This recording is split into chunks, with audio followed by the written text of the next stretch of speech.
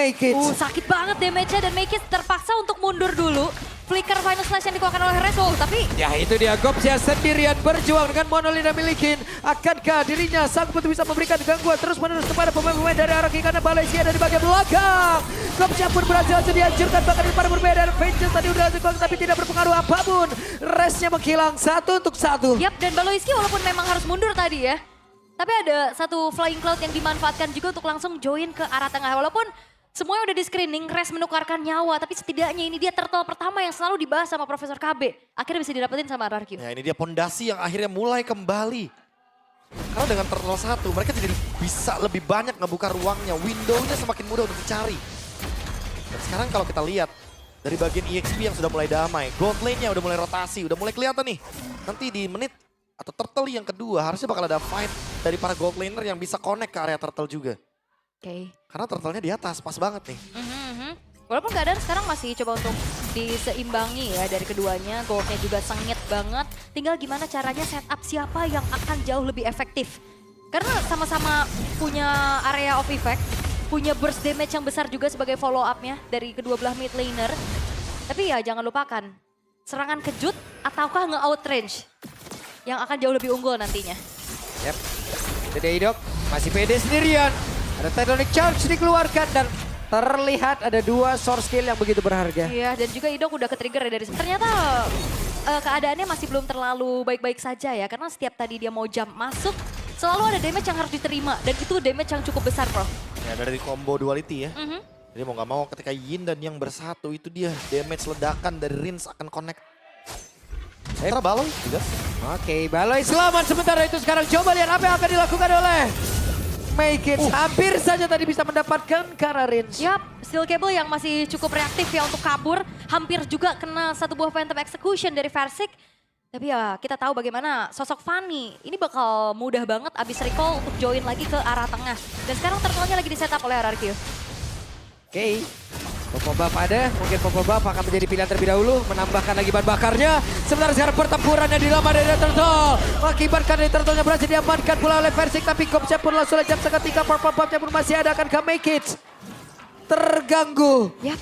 Oke, kita lihat ada pergerakan dari Idok dan masih berhasil. Masih berhasil ya, tapi Gops kita tahu bagaimana tipikal dari Popheus yang one way ticket. Dia hampir dan tapi hati-hati diversion. Yap, dan Dicek itu dia. terus-terusan sama Kenzie. Di spam nih biar ketahuan ada di sana. Tapi ya ini mendapatkan keuntungan akhirnya dari RRQ 1000 gold lead mereka. Terutama di bagian gold lane. Tohi bakal mengungguli hal tersebut. Karena memang dari awal kita udah bilang kalau misalkan nanti bisa ada connection dari para gold laner di bagian turtle yang kedua. Versik pun udah mulai ngelakuin solo laning. Jadi ya mau gak mau buat sekarang Geek Farm harus mencari momentum dengan cara melakukan pick off. Karena kalau enggak ya RRQ bakal snowballing balik nih. Mirip seperti game pertama Geek Farm. Yap, walaupun emang agak pelan ya dari RRQ juga ya. 1500 mereka coba untuk kendalikan perlahan. Ya, hey sakit banget Phantom Execution tadi, hey satu terakhir dah.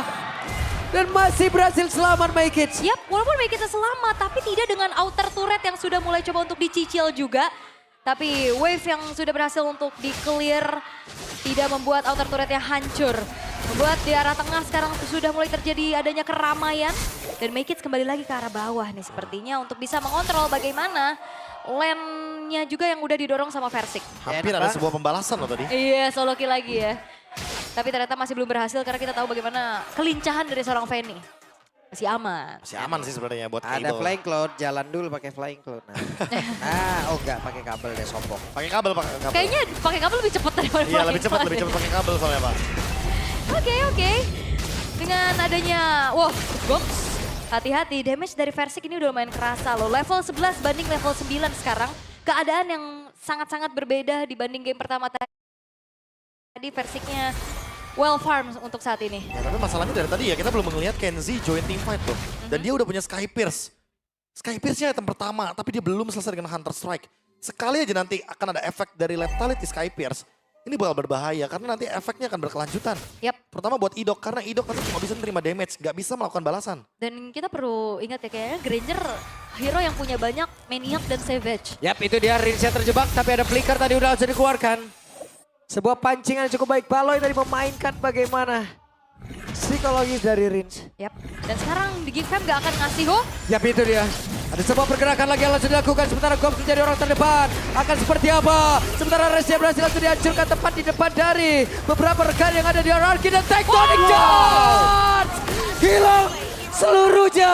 Menyisakan Versik dan juga Toy. Namun Versik di tempatnya berbeda tetap berhasil mengamankan karakter Turtle. Oh Toy, bakal coba untuk dikejar kah? Tidak. Berfokus untuk menghancurkan outer middle turret perfect turtle dari RRQ seakan tidak ada apa-apanya dengan momentum tersebut. Tapi Versik? Oke, Purple Buff gagal diambil dan menjadi milik dari Maykits. Yap, karena retrinya tadi dari Versik gak ready juga ya setelah dapetin turtle. Dan Maykits masih memegang retribution untuk secure karena purple buff milik dari Versik. 1.700 gold lead yang dipimpin oleh RRQ seakan sekarang sudah mulai berbalik lagi untuk Geek Fam dengan satu momentum tersebut, Prof. Big Brain Baloy. Satu sosok yang mengubah dengan Tectonic Charge. Kena langsung 3 pemain sekaligus bahkan. Itu di bagian bawah. Apa yang terjadi? Maykits. Rame Oke. ya. Udah pasti ya bakal di pick off begitu aja. Karena itu kesempatan yang gak bisa dilewatkan sama member dari RRQ. Athena Shield.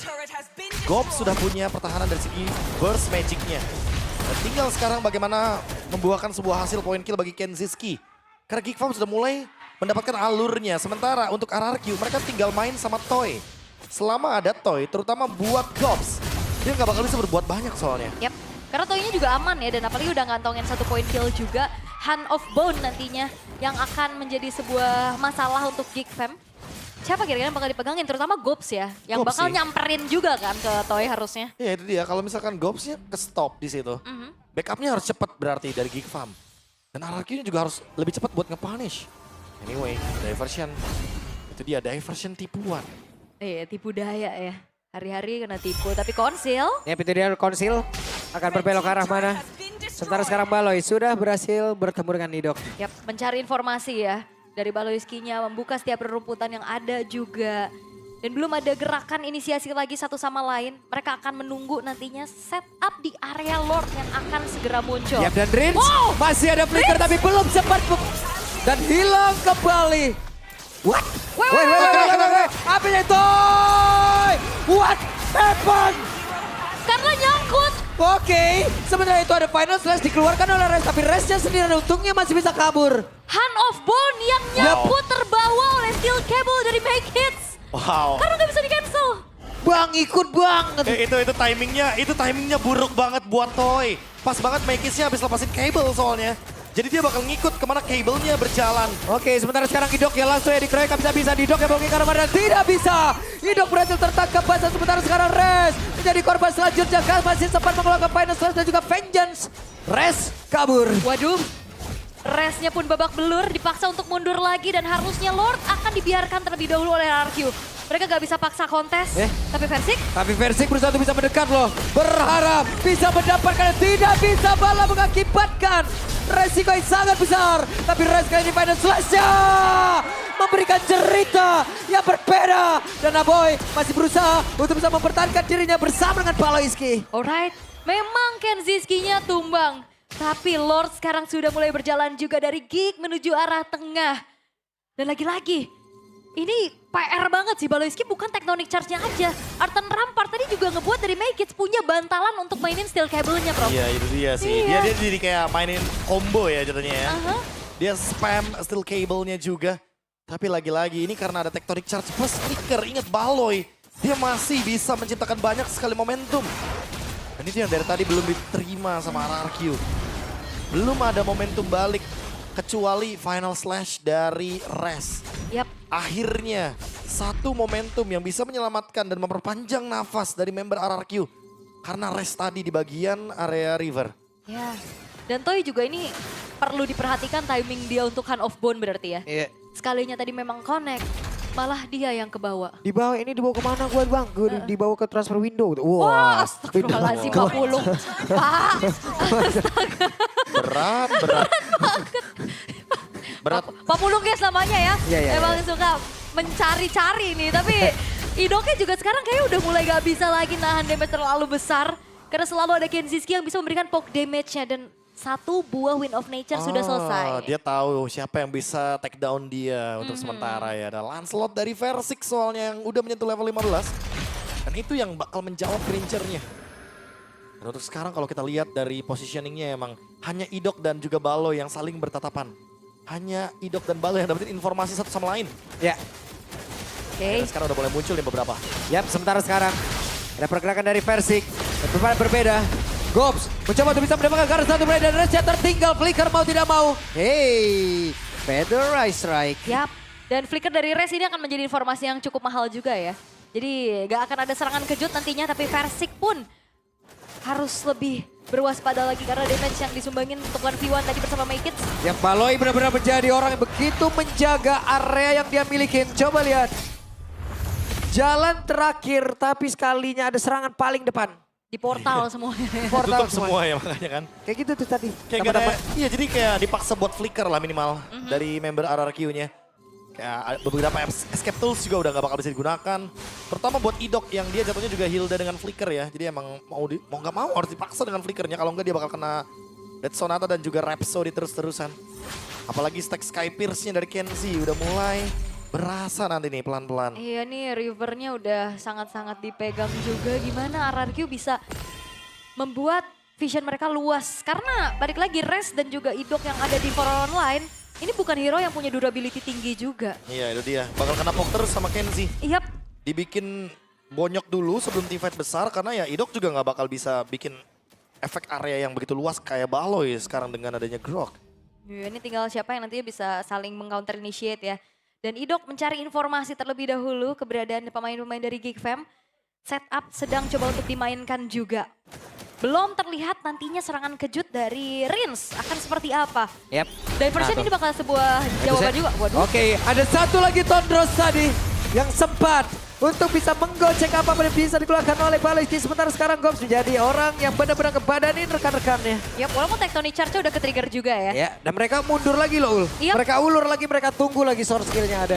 Nggak bisa juga ya untuk bisa melanjutkan kembali dari setupnya tapi 1v1. Oke. Ada 1v1 situation tapi masih sempat untuk bisa mendapatkan karena pop-up-nya dan itu dia. Featherized Strike dan terbakar Toy hampir loh. Terbakar dan Toy harus mundur tapi dengan kalkulasi juga Toy masih punya flicker. Jadi nggak terlalu terburu-buru. Yap, sementara Idok di bagian belakang Kenzie. berhasil mendapatkan Kenziski dan Nada tadi. Wind of Nether dan gagal mendapatkan Kenzie. Menjadi sebuah kerugian. Yap, dan itu dia satu buah jawaban Wind of Nature atas pengiriman Idok ke arah belakang. Udah dapetin target yang bagus. Tapi Wind of Nature save the day dan sekarang Lordnya. Ya, dan mereka mencoba untuk bisa mempercepat. Lordnya diamankan oleh Aboy. What? Shadow Retribution dari Aboy yang membuat dari RRQ mereka gagal untuk bisa melakukan kontesnya lagi. Wow, bisa Abo yang dapat di sana dan saving the day for Geek Fam. Karena sekarang lihat gold lead-nya 2.700 dan on the way ke 3.000 seharusnya dengan banyaknya keuntungan dari turret. Wah, ini juga Kenzie-nya gila sih tadi. Dia Wind of Nature, dia flicker dulu dan backupan dari Geek Fam. Ngebuat mereka aman dan sekarang Lord akan dikawal di area bottom lane. Yap, ini dia Aboy A-nya. Panasnya telat. Ya. Baru sekarang bisa ciptakan begitu banyak momentum. Namun sekarang mereka berusaha untuk bisa mendapatkan lagi area defensif yang dimiliki oleh RRQ. Yap, Buset. final Oke. stage-nya Baloy loh. Baloy Ski. Ya, bukan menjadi target yang optimal juga sejauh ini. Masih harus mundur dari RRQ, mereka kehilangan satu buah base turret di area bottom lane. Dan kayak mau mencoba untuk menjangkau Aboy pun susah banget. Dia harus benar-benar ngandelin diversion dan so far diversionnya masih belum terlihat optimal. Apalagi dalam keadaan under. Mau dikeluarkan nih. Ya. Oke, Res. sementara sekarang Resya, Vengeance-nya langsung Evander Stress tadi dikeluarkan. Mereka berusaha untuk bisa mempertahankan diri, tapi tempat berbeda. Coba lihat pergerakan dimiliki oleh Aboy. Aboy pun langsung dihilangkan begitu cepat. Tapi Resnya lejap, sementara Kenziski masih free hit. Dan hanya menyisakan beberapa player saja. Bahkan untuk sekarang ada WWN lagi yang udah langsung dihasilkan. Idoknya menjadi korban dan Versik One v1 dan Tondros yang gak kena. Versik masih mencari celah di tempat yang lain. Rins jadi korban. Wow, Dark Wave menjadi mimpi buruk juga. Semuanya dipegangin. Again Kenziski, Wind of Nature save the day. Menyisakan Versik sendirian kali ini dari RRQ untuk bisa defense. Oke, 10 detik lagi sebelum Resya bisa melakukan respawn. Sementara Versik bisa mempertahankan dirinya. Sedikit Wow. lagi tapi setidaknya wave minion selesai. Yap, Masih ada Res yang hadir untuk bisa mengusir mundur pemain-pemain dari Geek. Mereka nggak bisa terlalu terburu-buru.